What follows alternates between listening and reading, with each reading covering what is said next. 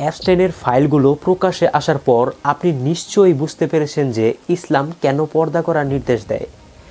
ইসলাম নারীদের উপর কোনো বিধি নিষেধ চাপিয়ে দেয়নি, বরং নারীদের রক্ষা করার জন্যই কিছু সীমা নির্ধারণ করে দিয়েছে। এটি এভাবে বুঝুন, যখন অ্যাপস্টাইনের ফাইল খোলা হয় তখন স্পষ্টভাবে সামনে এলো যে সেখানে বড় আকারের মানব পাচার বা হিউম্যান ট্রাফিকিং রয়েছে এবং ছোট ছোট মেয়েদের উপর নির্যাতন করা হয়েছে। আর এই নির্যাতনকারীরা অন্য কেউ নয়, তারা ছিল সেই সব মানুষ যারা আধুনিকতা এবং মডার্নাইজেশনের প্রচার করে।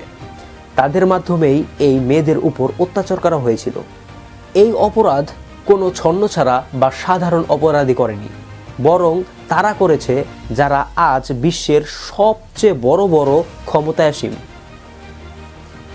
আশ্চর্যের বিষয় হলো, এই মানুষগুলোই আবার নারীদের অধিকার আর স্বাধীনতা এবং তাদের জন্য আইন তৈরি করে।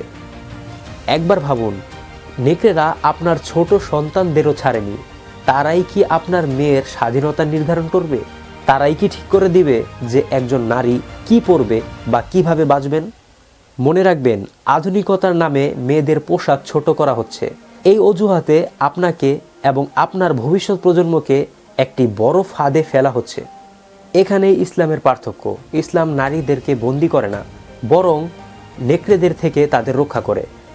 আর যে ব্যবস্থা নারীদের স্বাধীনতার কথা বলে, সেই ব্যবস্থাই তো অ্যাপস্টাইনের মতো অপরাধীদের জন্ম দেয়। ইসলাম সবসময় নারীর সম্মান রক্ষা করার কথা বলেছে।